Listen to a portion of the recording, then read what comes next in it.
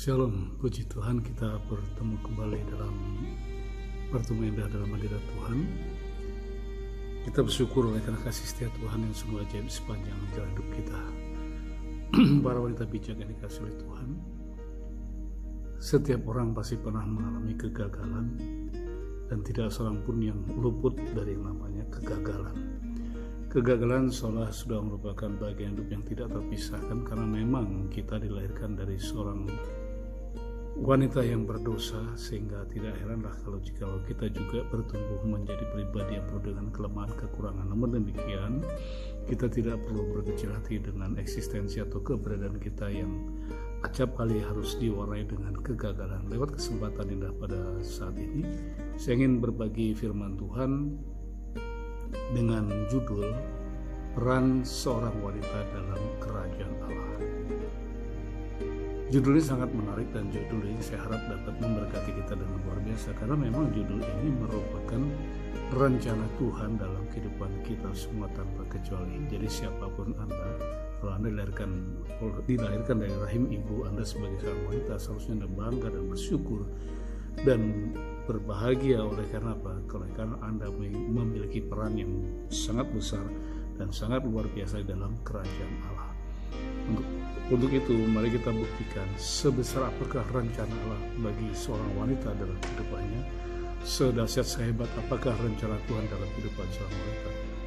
Izinkan saya mengutip dari kitab Kejadian pasal yang ketiga ayat yang ke-20. Sekali lagi, kitab Kejadian pasal yang ketiga ayat yang ke-20 berbunyi sebagai berikut. Manusia itu memberi nama Hawa kepada istrinya, sebab dialah yang menjadi ibu setiap yang hidup. Tuhan memberkati. Saudaraku dan saudari dalam Tuhan, yang menarik adalah ketika Adam memberi nama istrinya adalah Hawa.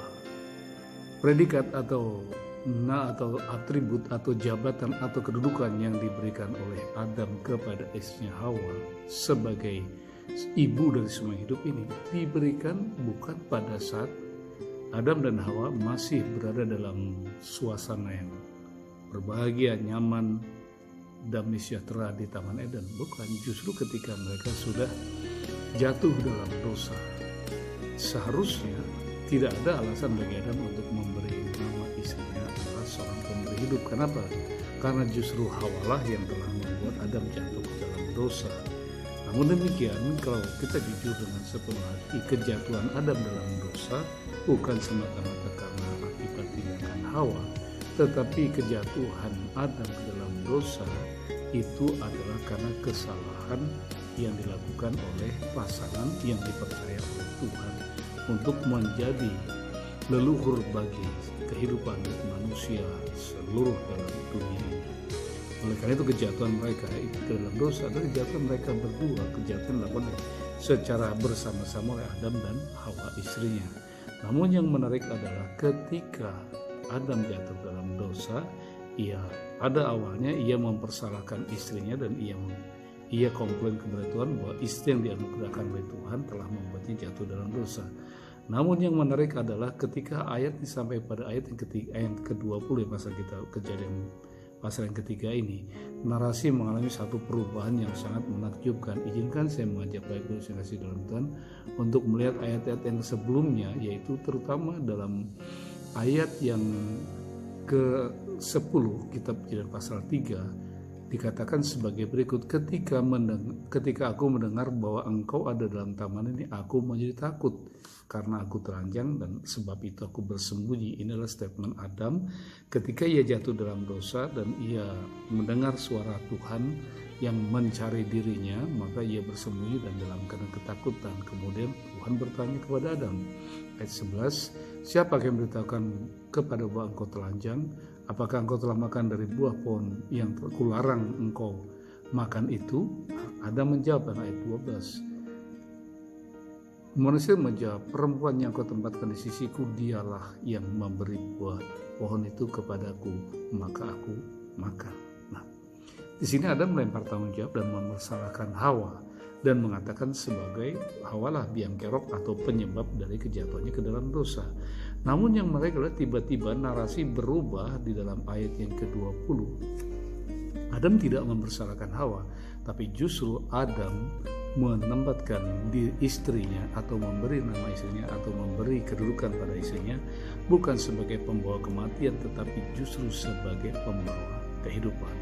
Sudah kasih dalam Tuhan, saya percaya ini semua tidak terjadi secara spontanitas. Ini juga tidak terjadi terlontar dari hati dan pikiran Adam pribadi. Ini juga bukan muncul dari kehendak Adam pribadi, tetapi apa yang Adam ucapkan itu adalah nubuatan yang pertama. Yang kedua, itu adalah keputusan ilahi atau itu adalah keputusan Tuhan untuk menjadikan Hawa seorang pribadi yang sangat terhormat, seorang pribadi yang sangat luar biasa di dalam kerajaan Allah. Kenapa? Karena dari awal kejadian kita semua sudah mengerti bahwa Tuhan menciptakan manusia serupa dan segambar dengan Tuhan sendiri. Jadi ketika manusia itu jatuh dalam dosa, rencana Tuhan tidak boleh gagal dan tidak boleh batal. Rencana Tuhan harus tetap berlangsung dan tetap berjalan sebagaimana dikehendaki oleh Tuhan. Karena itu Tuhan memakai Adam untuk memberi predikat yang baru kepada Hawa sebagai ganti predikat yang telah membuat Adam mengajak Adam jatuh dalam dosa. Allah memberi kehormatan kepada seorang wanita. Yang pertama, perhatikan baik-baik bahwasanya ketika Tuhan memberi hikmat kepada Adam untuk memberi nama Hawa, memberi nama kepada Hawa istrinya itu sebagai pemberi hidup adalah yang pertama, Hawa memperoleh kehormatan dari Tuhan untuk tetap menjadi istri Adam. Ya. Perhatikan baik-baik. Saya ulang sekali lagi ayat 20 pasal 3 kitab Kejadian. Manusia itu memberi nama Hawa kepada istrinya. Nama pemberi hidup atau nama Hawa itu diberikan oleh Adam kepada istrinya.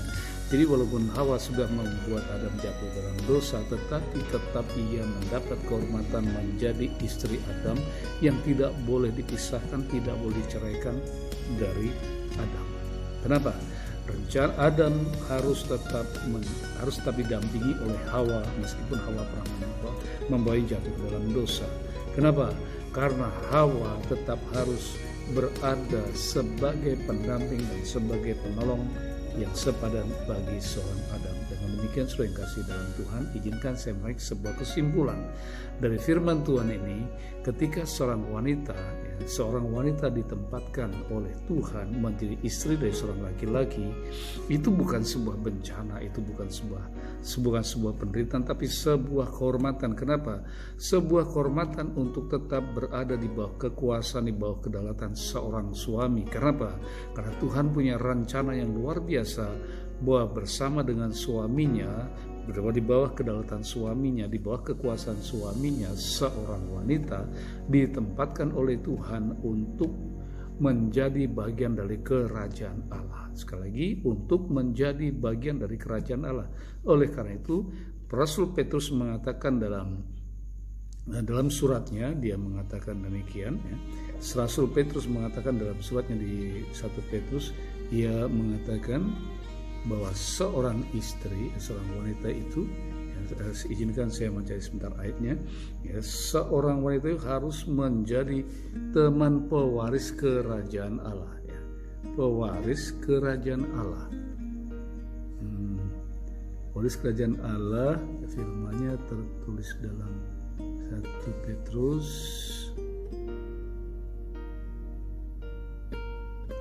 3 ayat yang ke-7, firman Tuhan mengatakan demikian.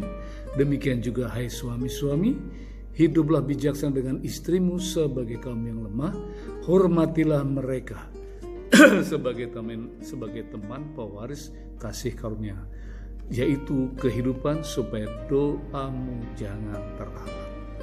Jadi peran seorang wanita, kehadiran seorang wanita dalam mendampingi seorang suami, ia adalah seorang yang berhak dan layak dihormati sebab Tuhan sendiri menghormatinya sebagai seorang pewaris dari kasih karunia, itu pewaris dari kerajaan Allah. Dengan demikian, saudara yang kasih dalam Tuhan, mari kita simak bersama-sama bahwasanya seorang wanita adalah terhormat walaupun dia berada di bawah kedaulatan suami, di bawah kekuasaan suaminya. Karena apa? Karena ia adalah bagian dari pewaris kerajaan Allah. Yang kedua, posisi seorang wanita dalam kerajaan Allah disebutkan sebagai berikut. Kembali saya ulang lagi, saya akan mengulang berulang-ulang, yaitu Kejadian 3:20. Manusia itu memberi nama Hawa kepada istrinya sebab dialah yang menjadi ibu dari semua yang hidup. Dalam hal ini kembali seorang wanita menjadi istri seorang laki-laki mendapat sebuah kehormatan dari Tuhan untuk menjadi ibu. Menjadi ibu di dalam bahasa Yunani diterjemahkan dari gunaikos. Gunaikos itu adalah artinya seorang permaisuri, seorang wanita yang melahirkan, yang bertanggung jawab untuk menghadirkan seorang generasi penerus, seorang wanita yang diberi mandat, diberi kepercayaan, diberi otoritas oleh Tuhan untuk melanjutkan program-program ilahi, untuk meneruskan rencana Tuhan, untuk membuat agar rencana Tuhan itu langgeng, agar rencana Tuhan itu dapat berkesinambungan, agar rencana Tuhan tidak gagal, agar rencana Tuhan itu berjalan sampai pada pencapaian target-target yang Tuhan tetapkan. Oleh karena itu, dalam bahasa yang sederhana saya menyimpulkan seorang istri, seorang Hawa adalah seorang yang memperoleh kehormatan yang sangat luar biasa dari Tuhan, yaitu apa? Yaitu melahirkan generasi-generasi ilahi, generasi-generasi kerajaan Allah, generasi-generasi yang merupakan aset surga. Sehingga oleh karenanya tanpa seorang wanita, maka generasi ilahi, generasi kerajaan Allah tidak akan pernah dilahirkan. Sekarang kita bisa bayangkan, seorang bayi itu dikandung oleh ibunya, berada dalam rahim ibunya, dipersiapkan oleh ibunya, kemudian dilahirkan oleh ibunya, dan setelah dilahirkan ibunya, ia menyusu dari ibunya. Setelah menyusu dari ibunya, ia diasuh ibunya, bertumbuh di dalam pemeliharaan ibunya dan kasih ibu dan lain sebagainya. Sehingga olehnya apa yang terjadi? Sehingga olehnya seorang generasi penerus itu hidupnya sangat bergantung kepada ibunya. Nah, bisa dibayangkan hubungan antara seorang anak dengan ibunya itu memiliki jaringan hubungan yang begitu kental, yang begitu erat, baik secara batin maupun secara lahiriah. Oleh karena itu, saudaraku dan saudara kasih dalam Tuhan, menjadi seorang wanita adalah mendapat sebuah predikat, sebuah kehormatan yang sangat mulia untuk mempersiapkan dan membesarkan dan mengasuh aset ilahi, aset surgawi, yaitu apa? Seorang pribadi yang dijadikan, dibentuk menurut rupa dan gambar Tuhan sendiri dengan tujuan Tuhan. Oleh karena itu, izinkan saya memberikan sebuah bahasa yang sederhana. Seorang wanita yang dipercaya untuk menjadi seorang ibu adalah seorang wanita yang mendapat kehormatan dari Tuhan karena ia dipercaya untuk menjaga, untuk merawat, untuk membesarkan milik Tuhan. Sehingga olehnya apa yang terjadi? Seorang yang dipercaya oleh Tuhan itu tidak sembarang orang, hanya orang-orang tertentu saja yang bisa dipercaya. Oleh karena itu, izinkan saya memberikan sebuah ilustrasi yang mungkin agak vulgar yang dikatakan di dalam kitab Injil Matius. Kitab Injil Matius berbicara tentang tentang aset atau pemilikan yang sangat berharga, yaitu mutiara. Firman Tuhan mengatakan tentang mutiara ini sebagai berikut. Izinkan saya mengajak Bapak Ibu yang kasih dalam Tuhan untuk membuka dalam kitab Injil Matius tentang mutiara. Dalam Matius 7 ayat yang ke-6 firman Tuhan mengatakan demikian. Jangan kamu memberikan barang yang kudus kepada anjing dan jangan melemparkan mutiaramu kepada babi, supaya jangan diinjak-injaknya dengan kakinya lalu ia berbalik mengoyak kamu. Apa hubungannya antara babi dengan seorang wanita? Jangan pandang babi dengan wanita, tapi pandanglah mutiara. Mutiara adalah satu benda yang sangat berharga, satu benda yang sangat langka, satu benda perhiasan yang sangat meningkat, tentu diingini oleh semua wanita tanpa kecuali karena keindahannya, karena juga nilainya yang sangat mahal dan lain sebagainya. Nah, oleh karena itu saya mengilustrasikan bahwa mutiara ini sebagai sesuatu yang sangat berharga, sesuatu yang sangat mahal, sesuatu yang sangat indah. Nah, karena keindahannya yang sangat luar biasa, juga nilainya yang sangat berharga, sehingga Mutiara ini merupakan sesuatu yang sangat bernilai dan sangat berharga, sehingga tidak layak dan tidak pada tempatnya diberikan kepada sembarang orang. Tetapi sesuatu yang berharga, sesuatu yang bernilai, sesuatu yang sangat bermanfaat itu hanya diberikan kepada orang yang layak untuk menerima, kepada orang yang layak untuk dipercaya bisa mengelola dengan baik aset yang berharga tadi. Oleh karena itu, izinkan saya memastikan kepada saudara dan saudari kasih dalam Tuhan, teristimewa pada para wanita, Anda adalah orang yang terhormat di hadapan Tuhan dan sangat beruntung. Karena apa? Karena kepada Anda Tuhan mempercayakan mutiara yang berharga. Apa itu mutiara yang berharga? Ketika Tuhan mempercayakan ke dalam rahim Anda seorang anak, entah itu laki-laki entah itu perempuan, anak itu adalah citra Allah, anak yang Anda kandung, dan karena itu adalah generasi kerajaan Allah, aset Allah, milik Tuhan, rupa Tuhan, dan itu adalah mutiara Tuhan, permata Tuhan yang dipercayakan kepada saudari. Dan Tuhan tidak sembarang mempercayakan pribadi yang merupakan citra dan gambarnya sendiri ke dalam rahim Anda kalau Anda tidak dipercaya oleh Tuhan. Oleh karena itu, bagi seorang ibu yang dipercaya oleh Tuhan untuk mengandung dan melahirkan seorang anak, Anda adalah orang yang paling berbahagia. Kenapa? Anda dipercaya oleh Tuhan untuk menjadi seorang gunaikos, untuk menjadi seorang pribadi yang ditugaskan bukan hanya mengandung dan melahirkan, tetapi juga mengasuh, mendidik, mengajar, dan mempersiapkan sebuah generasi agar dia kelak bertumbuh menjadi generasi kerajaan Allah, generasi yang memuliakan Tuhan, mendidik, mengasuh, membesarkan, mengajar, dan mempersiapkan seorang pribadi agar dia mengerti citra dirinya itu citra ilahi, mengarahkan agar anak yang dilahirkan itu mendidik agar mendidik anak yang dilahirkan itu menjadi seorang pribadi yang takut akan Tuhan, hidup dalam kebenaran, dan mempermuliakan Tuhan. Sehingga olehnya tanggung jawab itu tidak diberikan sembarang orang, tapi diberikan kepada seorang ibu. Nah, oleh karena itu, saudaraku dan saudari kasih dalam Tuhan, bayi yang dilahirkan itu kelak akan bertumbuh menjadi pribadi seperti apa sangat bergantung kepada ibu yang mengandungnya. Kalau seorang wanita itu takut akan Tuhan, seorang wanita itu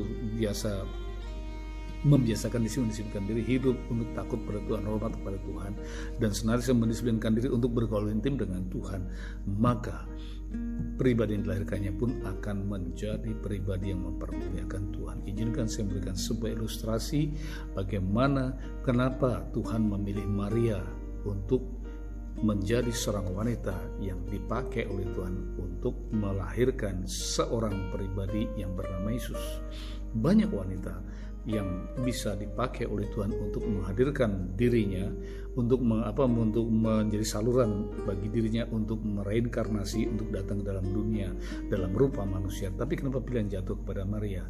Karena Maria adalah yang pertama seorang yang rendah hati, yang kedua Maria adalah seorang yang takut akan Tuhan, dan yang ketiga Maria adalah seorang yang memiliki totally submission atau penyerahan diri yang sungguh-sungguh kepada Tuhan. Oleh karena itu, jadilah seorang wanita yang memiliki kerendahan hati, jadilah seorang wanita yang memiliki dedikasi atau pengabdian diri yang tinggi kepada Tuhan. Milikilah ketulusan hati dan memilikilah integritas yang tinggi di hadapan Tuhan. Supaya apa? Supaya Anda menjadi wanita yang layak dipercaya oleh Tuhan untuk menjadi penerus kehidupan. Karena menjadi seorang gunaikos, menjadi seorang yang bisa dipercaya untuk melahirkan generasi penerus, itu merupakan sebuah kehormatan yang tidak sembarang orang bisa terima. Oleh karena itu, saudaraku yang kasih dalam Tuhan, berbahagialah engkau bila rahimmu dipercaya oleh Tuhan untuk melahirkan seorang anak. Namun seandainya engkau tidak dipercaya oleh Tuhan untuk tidak melahirkan anak, engkau tidak harus berkecil hati. Kenapa? Engkau masih bisa berkarya dalam kerajaan Allah. Engkau masih bisa bekerja untuk mempermuliakan Tuhan. Apa? Dengan menundukkan diri kepada suami, dengan menyerahkan diri berada di bawah kedaulatan seorang suami, Anda sudah melakukan yang terbaik di hadapan Tuhan. Kenapa? Karena Anda sudah memberikan kehidupan bagi seorang pria yang dihadirkan oleh Tuhan menjadi pendampingmu, yang engkau punya kewajiban untuk mendampinginya sampai pada tujuan Tuhan. Kenapa? Karena ketika Anda dipertunangkan atau diperistri oleh seorang pria, itu bukan kebetulan. Tuhanlah yang merancangkan, Tuhanlah yang menghendakinya agar Anda dinikahi dan diperistri oleh seorang pria. Tujuannya apa? Tujuannya bukan Anda untuk mendapatkan sesuatu dari pria tersebut, bukan.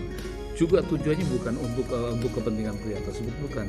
Tetapi tujuannya Anda dihadirkan untuk mendampingi pria tersebut agar Anda mendampingi pria yang menjadi suami Anda tadi sampai pada tujuan Tuhan. Kenapa demikian? Karena kalau kita kembali dalam kitab Kejadian pasal yang ke-26 dan 27, Allah yang memberkati pernikahan. Lembaga pernikahan adalah lembaga kudus, lembaga sakral yang dibangun oleh Tuhan sendiri. Dan ketika Tuhan menciptakan Adam, dia memandang Adam tidak baik seorang diri, karena itu dari tulang rusuk Adam dibangunlah seorang pribadi, seorang figur yang bernama wanita yang dihadirkan untuk mendampingi Adam untuk menjadi penolong yang sepadan. Jadi kalau kalau rahimmu tidak dibuka oleh Tuhan dan engkau tidak mengandung dan tidak melahirkan seorang bayi, engkau tidak berarti tidak pakai Tuhan, engkau tidak berarti tidak mendapat kehormatan dari Tuhan, tetapi engkau tetap mendapat kehormatan dari Tuhan. Untuk apa? Mendampingi suamimu, untuk engkau menghantar suamimu sampai pada tujuan Tuhan, sampai pada maksud Tuhan. Oleh karena itu, firman Tuhan memerintahkan agar engkau tunduk pada suamimu, menyerahkan hidupmu kepada suamimu. Supaya apa? Supaya suamimu bisa menjadi hidup. Karena apa? Karena Adam tidak bisa hidup dengan sempurna tanpa didampingi oleh Hawa. Sekali lagi, Adam tidak bisa hidup sempurna tanpa didampingi oleh Hawa. Karena itu, walaupun engkau harus berada di bawah kekuasaan seorang pria, walaupun engkau berada di bawah kedaulatan seorang pria, tapi berbahagialah. Karena apa? Karena engkau boleh kehormatan dari Tuhan, bahwa engkau ditugaskan oleh surga, sebagai pendamping, sebagai penolong, sebagai penghibur, sebagai satu-satunya pribadi yang tidak lain tidak bukan adalah belahan dan bagian jiwa dari seorang pria yang menjadi suami Anda. Yang berikut, yang ketiga. Yang ketiga adalah sebuah tanggung. Menjadi seorang wanita berarti memperoleh tugas dan tanggung jawab yang besar dari Tuhan. Apa tanggung jawab yang besar yang diberikan oleh Tuhan? Anda tidak hanya sekedar menjadi seorang istri. Kenapa? Seorang istri bukan hanya sekedar sebagai pendamping, seorang istri bukan hanya sekedar penolong yang sepadan, tetapi seorang istri adalah seorang cerminan kehadiran Allah dalam kehidupan suatu rumah tangga. Kehadiran seorang ibu, kehadiran seorang wanita adalah mengekspresikan, memanifestasikan, merepresentasikan kehadiran Tuhan, kehadiran Allah dalam sebuah keluarga. Oleh karena itu, kenapa saya menyebutnya sebagai kehadiran Allah dalam sebuah keluarga? Karena yang bisa memberi hidup hanyalah Tuhan, yang menjadi sumber hidup hanyalah Tuhan. Karena di luar Tuhan tidak ada hidup. Hidup itu hanya ada dalam Tuhan. Kehidupan yang sungguhnya ada dalam Kristus. Tanpa Kristus tidak ada hidup. Karena itu Yesus mengatakan, akulah kebenaran dan hidup. Tidak seorang pun sampai kepada Bapa kalau tidak melalui aku. Yesus adalah jalan, kebenaran dan hidup. Dan Yesus adalah hidup. Berarti kalau Anda dihadirkan oleh Tuhan untuk memberi hidup, berarti Anda sebagai representasi Tuhan untuk menghadirkan kehidupan di dalam rumah tangga. Karena itu rumah tangga akan menjadi harmonis atau tidak, bahagia atau tidak, ditentukan oleh seorang wanita. Di balik keberhasilan, kesuksesan seorang pria, ada seorang wanita yang hebat, ada seorang wanita yang luar biasa, seorang wanita yang bisa memberi hidup, seorang wanita yang menghadirkan Allah, seorang wanita yang menghadirkan Tuhan dalam kehidupannya. Anak-anak yang berhasil, anak-anak yang sukses, anak-anak yang baik, anak-anak yang takut akan Tuhan, hadir dalam keluarga karena adanya seorang ibu yang takut akan Tuhan, seorang ibu yang saleh, seorang ibu yang benar. Karena itu, sekali lagi, tanggung jawab besar yang ada di pundak seorang wanita adalah sebagai pemberi hidup, sebagai representatif Tuhan, sebagai bentuk kehadiran Tuhan, sebagai bentuk penyertaan Tuhan. Karena itu, berbahagialah Anda ketika Anda menjadi seorang wanita yang diciptakan oleh Tuhan dan dihadirkan oleh Tuhan ke dalam sebuah keluarga untuk menjadi seorang istri, untuk menjadi seorang ibu, untuk menjadi seorang panutan, untuk menjadi seorang penolong, untuk menjadi seorang penghibur, untuk menjadi segala-galanya di dalam sebuah keluarga. Catat baik-baik, ketika saya mengatakan penghibur, jangan salah pengertian. Bukan seperti penghibur kupu-kupu malam dan sebagainya. Bukan itu konteks pembicaraan saya. Penghibur di sini adalah memberi kekuatan ketika suami lemah, menghadirkan keceriaan, sukacita, kebahagiaan dan lain sebagainya di dalam sebuah keluarga. Saudaraku yang kasih dalam Tuhan, izinkan saya menutup dengan satu ilustrasi yang sederhana. Ketika seorang wanita dalam rumah tangga berbahagia, maka seisi rumah akan berbahagia. Tetapi ketika seorang wanita dalam sebuah rumah tangga berduka cita, maka seisi rumah akan berduka cita. Ringkas cerita, surga atau neraka dalam rumah tangga ditentukan oleh kondisi kejiwaan, kondisi batin, kondisi hati seorang wanita. Seorang wanita yang berbahagia, seorang wanita yang ceria, seorang wanita yang bersuka cita, seisi rumah tangga, seisi keluarga akan berbahagia dan bersuka cita. Dan sebaliknya, seorang wanita berduka cita, seorang wanita yang terluka, seorang wanita yang penuh dengan kepahitan, penuh dengan kemarahan, maka rumah tangga pun akan menjadi seperti neraka yang penuh dengan konflik, dengan penuh pertikaian, dan tidak ada keharmonisan, tidak ada kebahagiaan. Tetapi seorang wanita yang berbahagia, seorang wanita yang takut akan Tuhan, seorang wanita yang mengerti posisi dan tanggung jawabnya sebagai pemberi hidup, maka rumah tangga akan bahagia, harmonis, penuh sukacita, dan berkat pun tidak dikejarai, berkat akan ditumpahkan oleh Tuhan dengan luar biasa. Tuhan Yesus memberkati. Mari kita tundukkan dan kepala. Terima kasih Tuhan Yesus untuk firman-Mu yang begitu singkat, teguhkan dan hiburkan para wanita, dan buat kami mengerti dan sadar bahwa kami adalah orang yang Kau percaya untuk bertanggung jawab, untuk menjadi pribadi yang sangat berharga di hadapan-Mu. Dalam nama Yesus kami bersyukur untuk firman-Mu, biar firman hidup dalam kami, hidup kami, dan menjadikan kami mengerti posisi kami. Bagi orang kemuliaan Kau selama. Haleluya. Amin. Tuhan Yesus memberkati.